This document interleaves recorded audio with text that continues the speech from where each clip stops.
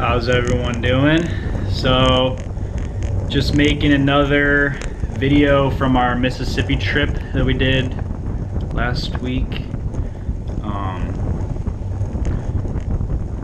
Today was a harder workout. We had, so if you haven't seen the previous videos, you can go watch those. They're in the playlist that this video is in. It's just like Mississippi day 3, day 2, and day 1. Right now we're on day 4, as you can tell from the title.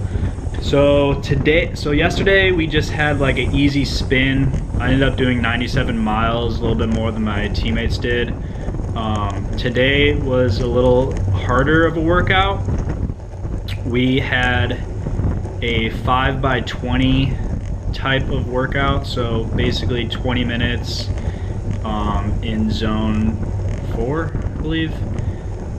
Whatever your FTP is, you basically hold that while you're on the front, and you hold that for around 4 to 5 minutes, and then after your 5 minutes, or however long you can hold that, you pull off and you go to the back and you just chill while the rest of the guys, do their effort.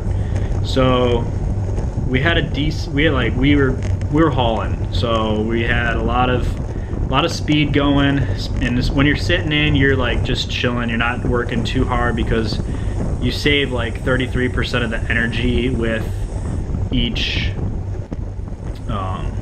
or just by being in the draft,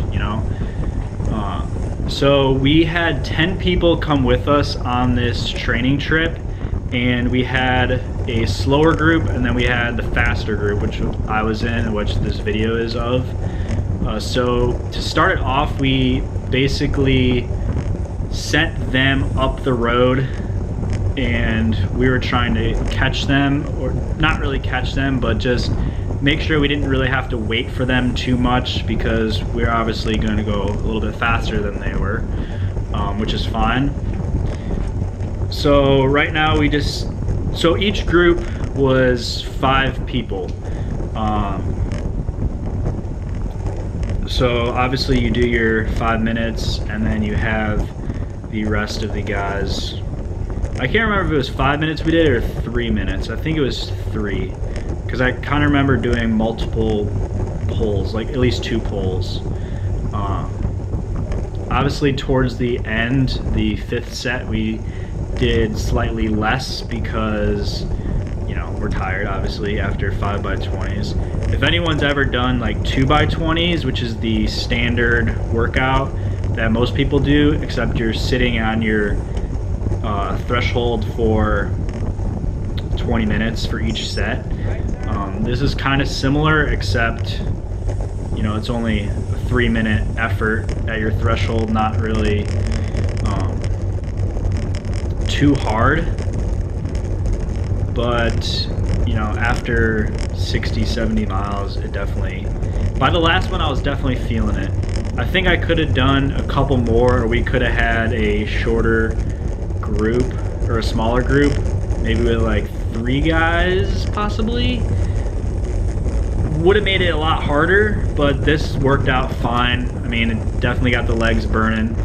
I think it was around a 70-mile day, and then I added on to get a total of 102, I believe. So it kind of made it up for yesterday's 97 miles, because my goal for this whole week was like 100 miles every day. I ended up getting 525 in 5 days, which exceeded my goal, because one of the days I rode 125 miles, which I believe was tomorrow, day 5. So you guys can check that video out as soon as it comes out. But yeah, the roads in Mississippi were really nice, actually. We had a decent amount of rolling hills.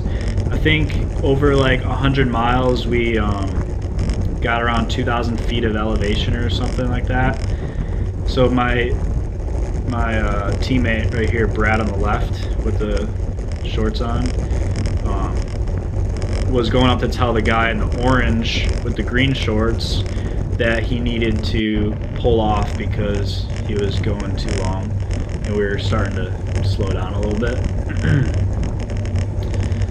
So that's why he was, you know, zoomed up front.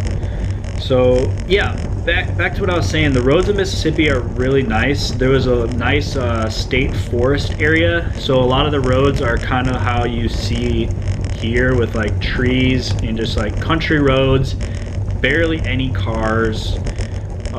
Once you got up here, we stayed towards the coast in Gulfport. It wasn't actually in the city. It was kind of in between Gulfport and Biloxi, if I'm pronouncing that right. About a block from the coast, and towards that was a lot of busy roads. We were it was fine because they had bike lanes, but towards the just riding out there was kind of annoying with a lot of cars. They were like pretty much highways, I would say, like speed limits of like 55. So it was kind of a pain to get up there, but once you got there, the roads were really nice. Only thing, it didn't really matter for us because all of my rides were like over 100 miles. But if I just wanted to go out for like a 30-mile spin in this town area, it'd be kind of difficult, not gonna lie, because you're gonna be riding in a lot of country roads. I'm gonna have some potatoes while I'm talking to you guys. So yeah, there's a lot of like busy roads that you're gonna be riding on if you just want to go for like a 30-mile cruise. So I think that's why we didn't really see too many other cyclists. We kept having people stop us in cars saying, "Hey, I'm a cyclist, when you guys riding? Let me come with you." And we would, you know, tell them, "All right, we're going tomorrow 10 a.m. and then they would never show up. So I don't understand that. The last day, actually, we had a guy from Pensacola, Florida, who was traveling over here because his daughter lived in Gulfport. He caught up with us on a ride, but it was our race day, so we were going, you know, really slow. Sorry, there's a car out there. He was going really slow. We were going really fast, so he couldn't really keep up. But actually, a couple of the guys got dropped and ended up riding with him. Apparently, he's a pretty cool dude. I didn't really talk to him much, but that's just how it is. But he was like 70 or something, and he was still riding. So cycling is the fountain of youth, man. Cycling, and then paired with the vegan lifestyle, you're gonna freaking live forever. Legit. When I'm 85 and still cycling, making YouTube videos, I'll let you guys know how I'm doing. Let's see, when I'm 85, I'll have been vegan for 65 years? Damn.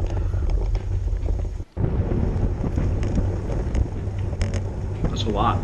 That's a lot of years. So, we finished like the 70 miles, and then me and my boy Josh Richards, we, you know, added on the extra 30 or so. And this was like the highway that was right on the coast, right on the beach, like right next to the beach to the right of us, as you see.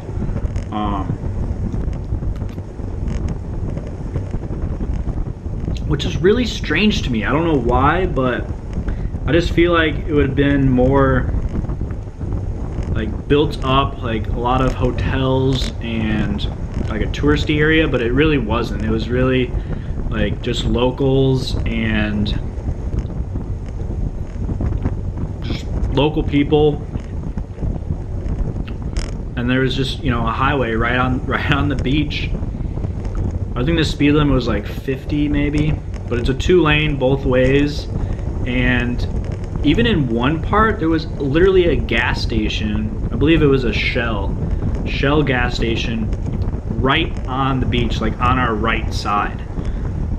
Like, I don't think just oil and water should not be mixed. It shouldn't be anywhere near each other. And unfortunately, we really have screwed up the Gulf of Mexico, especially with all the runoff from the Mississippi River, from animal agriculture mostly. All the chemicals and manure and blood all gets, you know, eventually leads to the river, which is the main one's the Mississippi, and that eventually leads to the oceans. And if you even look at a ocean dead zone map, you will find that the Gulf of Mexico, right around the Mississippi, is a huge ocean dead zone, which is like no life can live there because it's so polluted.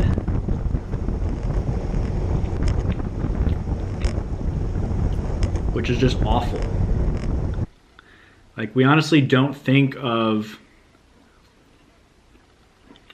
the stuff that we're doing, like how our daily lives affect the oceans if you live way up north, you know? Everything we do, everything we pollute eventually leads to the oceans or the air, obviously, and eventually leads back to us, because a lot of those people that are polluting with animal agriculture are also eating fish, which are polluted with mercury, etc. And circle of life, man, circle of life. Eat plants.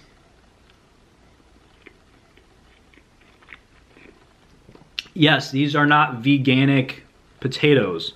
They have, I'm sure they were grown with pesticides, which maybe have gone to the ocean. But I require a lot less plants than a fully grown cow does, you know? So I'm polluting a lot less than a meat eater would do. Or would pollute. Just how it is, just how it is. So that was day 4, guys. Thanks for watching. I'll come back and show you guys day 5. See you then.